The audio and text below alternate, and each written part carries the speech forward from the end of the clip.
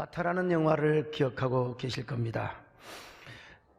근원적인 숲이 있어요. 아주 그 생명의 숲과 근원적으로 소통을 하고 살아가는 나비족이라는 원시족이 있었는데, 근데 그 숲속에 희귀 자원이 있단 말이죠. 그 희귀 자원을 인간이 현대 과학을 통해서 탁 뺏으려고 필사적으로 공격을 합니다. 그런데 나비족은 그 숲을 지키기 위해서 또 필사적으로 사투의 혼을 벌이죠. 그렇게 하려다가 나비족도 망하고 인간도 공멸할 뻔했단 말입니다. 이어령 교수님의 평론대로 이 영화는 앞으로 반드시 우리 현대 인간은 생명 자본주의를 표방해야 된다. 그래야 인간 세계가 남을 수 있고 또 지구촌이 살아남을 수 있다. 이런 평론을 한 적이 있죠.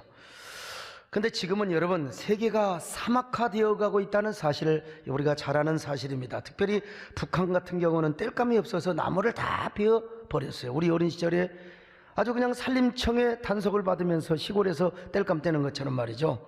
낙엽이 떨어져서 거름이 되게 하고 또 땅을 기름지게 만들어야 하는데 나무를 베가버리니까 나뭇잎이 있어야지. 그래서 땅이 산성화됩니다. 나무 심어도 잘 안 자라요.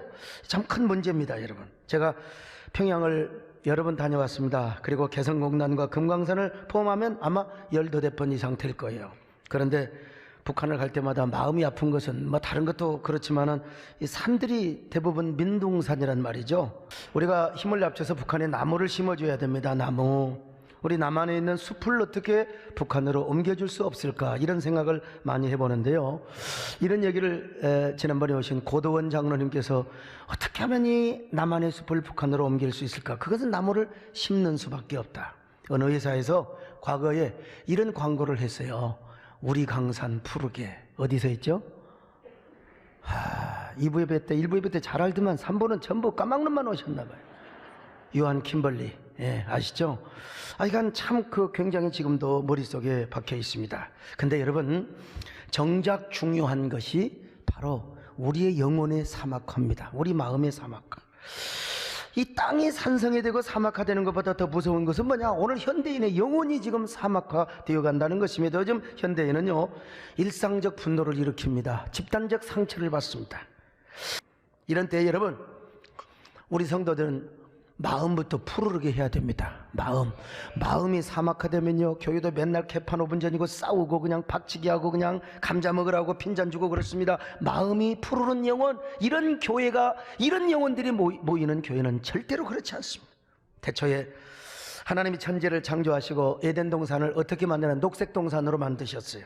에덴 동산이 그렇지 않습니까? 얼마나 물이 많았으면 강이 4개나 흘렀겠습니까? 자, 창세기 2장 10절 같이 보실까요? 시작. 강이 에덴에서 흘러나와 동산을 적시고 거기서부터 갈라져 내 근원이 되었으니. 자, 그러나 아담과 하와가 타락 이후에 인간의 영혼은 황폐해야 됩니다. 그리고 에덴의 동쪽으로 쫓겨나서 에덴의 동쪽은 가시와 모든 그 찔레, 모든 그 은근키만 그냥 가득하게 되었습니다.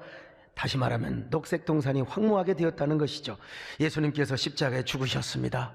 잃어버린 영혼을 살려주셨습니다. 그리고 황폐한 들녘에 새로운 순들이 피어나게 하여 주셨어요. 기독교 2000년 역사는 황폐한 영혼과 땅을 기경하여 영혼을 푸르게 하는, 지구촌을 푸르게 하는 영혼의 녹색 동산을 만드는 게 여러분 우리 복음의 목표지요. 그러므로 우리는 언제나 푸른 영혼이 되고 우리의 영혼 안에, 우리의 마음 안에 푸른 동산을 이루어야 하는 것입니다. 그래서 아가서에 보면은요, 우리가 주님의 아름다운 동산이 되는데 공원이 아니라 비원, 잠근 동산이라고 말씀하고 있어요. 자, 아가서 4장 12절을 같이 보실까요? 시작. 내 누이 내 신부는 잠근 동산이요. 잠근 동산이래요. 잠근 동산, 공원이 아닙니다. 이게 파크가 아니에요. 퍼블릭이 아니라 그야말로 시크릿 가든입니다. 옛날 왕들만 거닐었던 비원, 대신도 못 가요. 왕들만, 가족들만 거닐었던 비원이요. 오늘 우리 마음이 그래야 된다는 겁니다. 우리 마음에 영자도 들어오고 영수기도 들어오고 온갖 불평, 불만, 온갖 증오심, 적개심, 이게 다 들어오면 어떻게 우리가 주님을 한 입 가지고 주님을 찬양하겠습니까? 야고보서에 보면은 우리 입에서 불평도 나오고 찬양도 나오고 있을 수가 없다는 것입니다. 언제나 여러분, 그냥 푸른 숲이 아니라 주님이 왕으로서 거니는 아름다운 동산이 되어야 된다는 것입니다. 영혼의 아름다운 정글이요, 원시림이 되어야 된다는 거예요. 오늘 여러분은 어떤 사람입니까? 나의 마음은 어떤 사람인가? 우리 한국교회는 어떤 교회일까?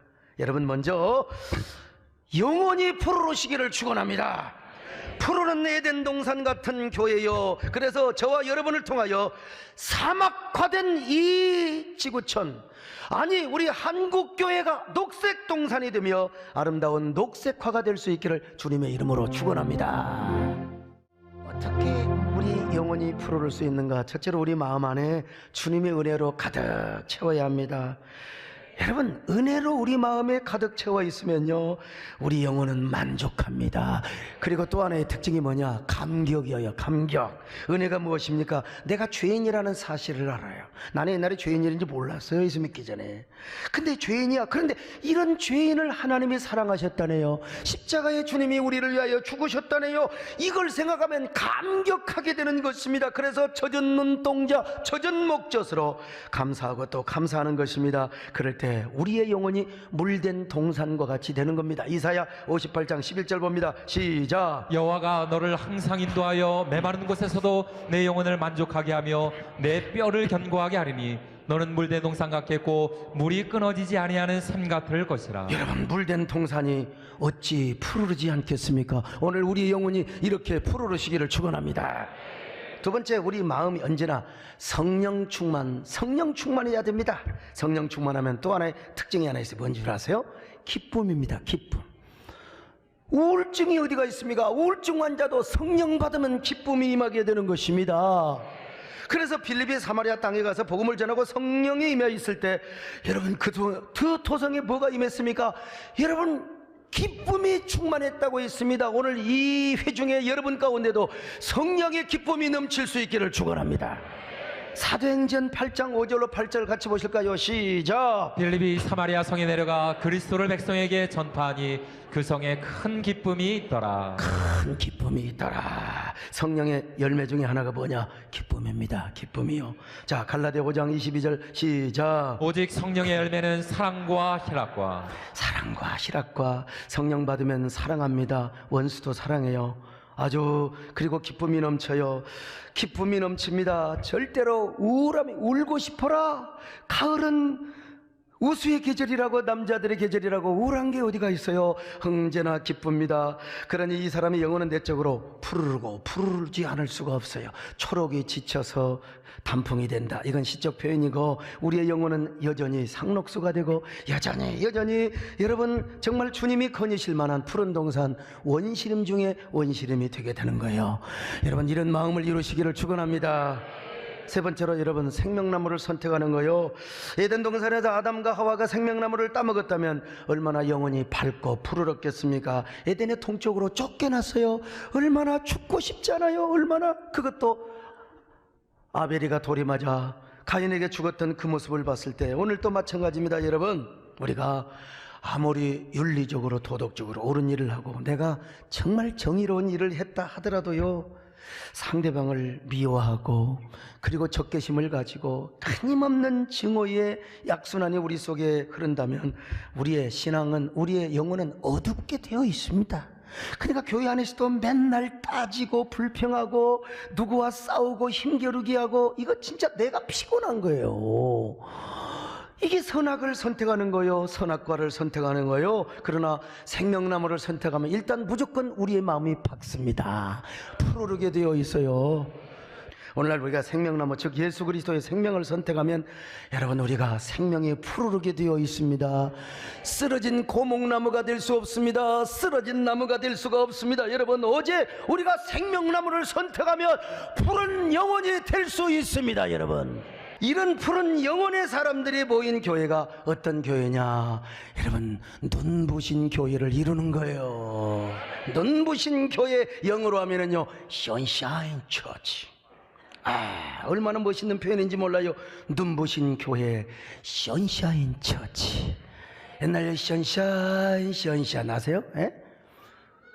나만 알고 아무튼 곁에. 여러분, 미스터 선샤인이라는 그 드라마를 보셨는지 모르겠어요. 솔직히 저는 볼 시간이 없어 못 봤어요. 인터넷으로 한번 검색을 해봤어요. 그랬더니 머릿속에 그림이 딱 그려지더라고. 제가 이래봬도 글을 쓰는 시인 아닙니까? 그런데 또 원작 소설을 제가 빨리 사오라고 그래서 제가 딱 봤어요. 딱 보니까 내 그림이 맞아요. 자, 애신이, 유진이, 희성이는 우리 이성 목사님하고 친구인 것 같아요. 아무튼 동매, 이 네 명의 주인공들이 펼치는 사랑과 자유를 향한 갈망, 그 저항 얼마나 눈부신지 몰라요. 머릿속에 상상이 돼요. 일제히 나라를 빼앗겼던 캄캄한 어둠의 시대였지만 그러나 그 어둠 속에서도 선샤인의 삶을 살았습니다. 불꽃 같은 정열의 기염을 토해냈던 위대한 눈부신 삶이죠. 그러니까 그들이야말로 암흑의 시대, 절망의 시대를 눈부시게 살아갔던 미스터 선샤인이요, 미스 선샤인이 아닐 수가 없는 거지요. 드라마에는 여성과 아이, 그리고 가난한 사람들을 돕는 선교사들과 나라를 구하기 위해서 희생하는 의병들 이야기가 나오는데, 나 그 이야기 쫙 보니까 어쩌면 내 모습이, 나도 그때 일제시대에 살았으면 내가 독립군 대장이 되었을지도 모른다. 아마 선교사와 같은 삶을 살았을지도 모른다. 그 시대에 의병이 되었을지도 모르겠다. 여러분, 제가 이래봬도 여러분 독립유적지를 많이 다니지 않습니까? 독립운동했던데 이번에도 우리가 30년 사이에 섬기는 그 항목 가운데 이종찬 원장님이 그렇게 하고 있는 장학재단, 우당 장학재단인가, 꼭 독립군 자녀들에게만, 후손들에게만 장학금을 주는 것을 우리가 꼭 그렇게 섬기기로 했습니다. 제가 몇 년 전에 블라디보스토크를 갔을 때 공항 앞에서 사진을 찍었는데 완전히 독립군 대장입니다. 여러분, 대장이야. 저 동지 왜 웃지 않습니까? 제가 이번에 우스리스크를 가서 최재형 선생님이 총에 맞아 죽는 곳에 가서 갈 때마다 참 가슴이 미어진데, 이번에 가서 하모니카를 불렀어요. 최재형 선생님은 함경도 노비 아들이었는데 이곳에 와서 예수 믿고 돈을 엄청 많이 벌었습니다. 그 돈을 다 독립운동가들에게 다 바쳤어요. 대표적인 분이 안중근 의사인데요. 그래서 일본 헌병에 끌려가서 소베스가의 언덕에서 총에 맞아 죽습니다.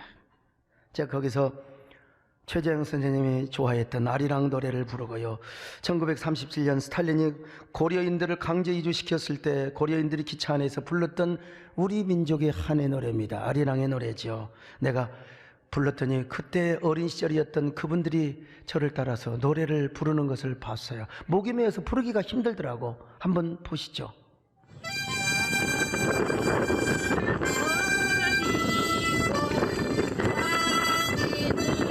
저렇게 바람이 불어요. 폭풍 속에.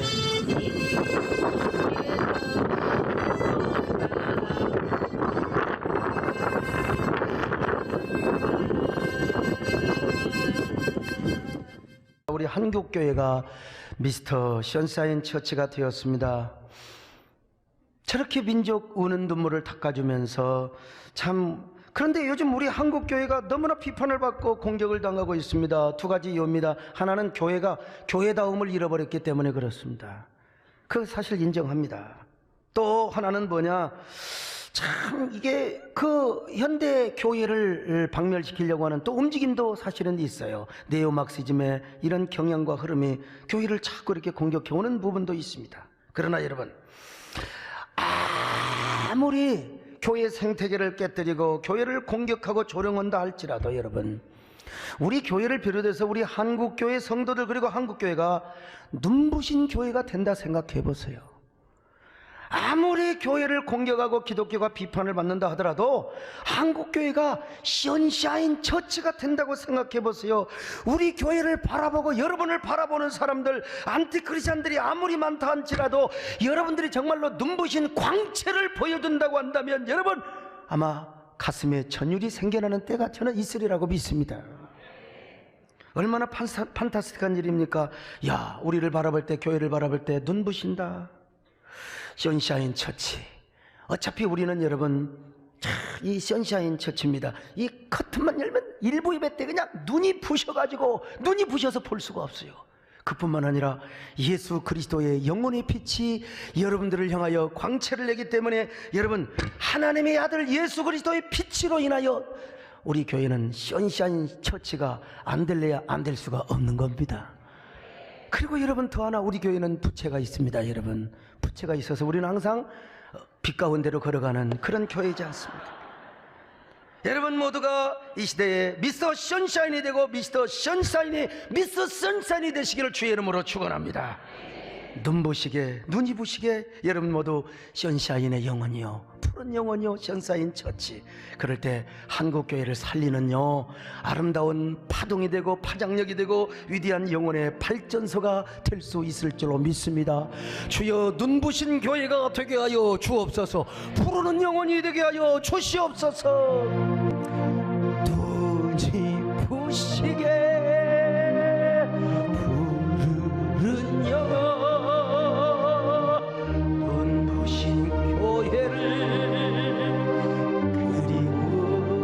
하자. 저기 가을 꽃자리 푸른 영혼, 눈부신 교회를. 난 진짜요 마치 꼭 내가 눈부신 광채를 바라는 사람처럼 느껴지는 거예요. 이런 교회가 가능할까? 과연 지상에 이런 교회가 있을 수 있을까? 여러분, 있어요. 오늘 본문에 소개된 예루살렘 교회가 그런 교회였습니다. 당시 예수님께서는 부활 성천을 하셨지만은 예루살렘 교회는 유대교로부터 엄청 박해를 받았습니다. 교회 존폐 위기에 처해 있어요. 교회가 문을 닫느냐 마느냐 꼼짝도 못합니다. 여러분, 그런데 그때 예루살렘 교회가 선샤인 처치가 된 겁니다. 어떻게 이런 선샤인 처치가 되었습니까? 한마디로 그들은요 사도들의 가르침을 받았습니다. 그래서 먼저 교제하고 떡을 떼며 핍박하는 사람을 저주하지도 않고 오로지 기도하는 삶을 살았습니다. 언제나 마음을 같이하여 모이기를 힘쓰며 교회 중심적인 삶을 살았어요. 사도들의 가르침을 받아서. 여러분도 신앙생활하면서 목사의 가르침을 잘 받으시기를 바랍니다.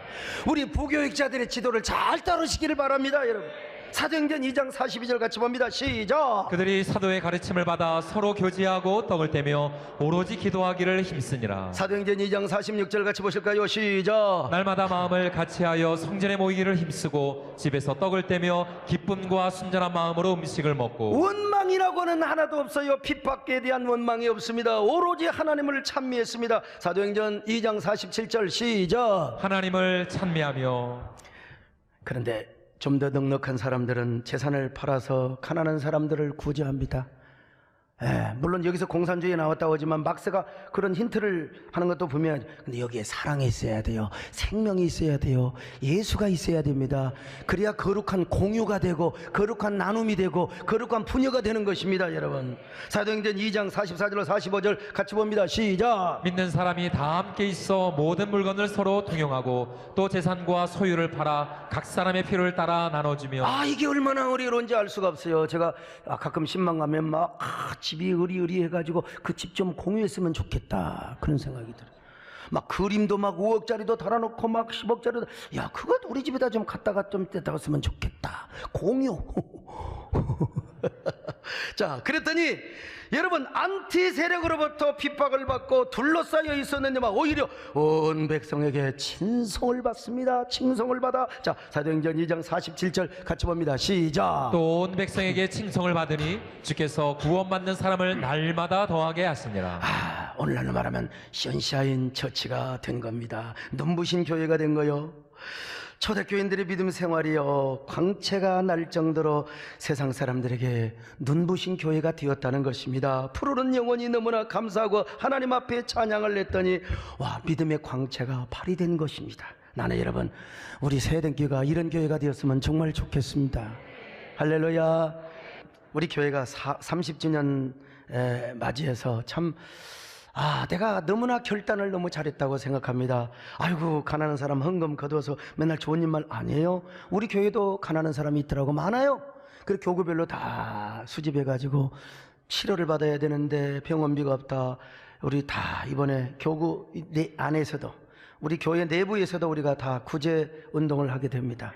참 나는 왜 이렇게 결단을 잘했는가. 화려한 행사보다는, 찬란한 과시성의 행사보다는 우리가 이렇게 많은 소외계층에 많은 부분을 나눠준다. 이렇게 왜 그러느냐. 지금 문화적 대변혁기에 있어요. 이 문화적 대변혁기에 우리 교회가 나갈 바를 막 그냥 해야 돼요. 저는 이 일을 10수년 전부터 파악을 했어요. 새천년을 맞이하면서 기업체는요, 세상이 어떻게 변할 줄을 다 알아요. 근데 우리 교회는 그냥 막연한 매너리즘을 가지고, 막연한 이 매뉴얼을 가지고 이렇게 운영을 하면 될 줄 알았는데 아니에요. 새천년을 맞이하니까. 저는 미리 이러한 앞날을 제가 예측을 하였어요. 그래서 우리 한민족 평화나눔을 만들었고, 또 우리 참전용사를 비롯해서 여러 가지 공익활동을 우리 교회가 많이 해왔습니다. 그래서 우리 교회는 비교적, 거의 공격을 받지 않는 교회입니다. 이번 30주년을 통해서도요, 우리가 새로운 한국교회 나갈 바를 이정표를 세워보고 싶어요. 얼마나 우리 장로님들이 처음에는요, 목사님 빚을 갚아야 되는데, 부채가 있는데, 여러분 태산을 넘어 험곡에 가도 빚 가운데로 걸어간다고 했잖아요. 이게 성경적입니다, 여러분요. 그리고 교회가 조금 빚이 있어야지. 교회가 돈을 갖고 있으면 서로 싸웁니다. 스그 부서들끼리 서로 싸우려고요. 정권사님, 이 사실을 아셔야 돼. 우리 교회는 싸우지 않는 이유가 여러분 빚 가운데로 걸어가기 때문에 그런 거예요. 그런데 우리가 이런 일을 할 수 있었던 것은 사랑하는 여러분들의 눈물의 헌신이 있었기 때문에 가능합니다. 물질만 나누어주는 것이 아닙니다. 교회 홍보 구조도 바꿔버렸어요. 요즘 경제도 공유고 은혜도 공유입니다. 심장이 뛰는 한 포기하지 마세요. 하나님도 당신을 포기하지 않습니다. 이런 문구와 함께요, 제 사진과 우리 교회 사진이 옛날 나왔거든요. 나 지금 보면 쪽팔려가지고, 얘가 빨리 치워라. 여러분 30주년을 맞이해서 여러분 이미 전철도 다 바꿨습니다. 어떻게 바꿨느냐? 쓰러진 나무는 바람이 불어도 흔들리지 않지만 살아있는 나무만 바람에 흔들리지요. 삶이 힘들 땐 언제든 가까운 교회를 찾으세요. 그리고 내 교회 사진 이거 다 빼버렸습니다, 여러분. 근데 교회는 조그만하게 넣어야 돼. 왜? 이것도 신에서 있는지를 모르거든. 그래서 신부는 밝히는 게 좋습니다. 그러나 전철 안에는요, 종교적인 용어 다 빼버렸습니다. 왜? 전철은 또 이 공익 광고만 해야 되기 때문에. 그래서 이렇게 썼습니다. 쓰러진 나무는 바람이 불어도 흔들리지 않지만 살아있는 나무만 바람에 흔들리죠. 똑같아요. 삶이 힘들다는 것은 그대가 살아있기 때문입니다. 이거 누가 썼냐? 제가 쓴 거예요. 네? 여러분, 우리가 살아있기 때문에 그렇습니다.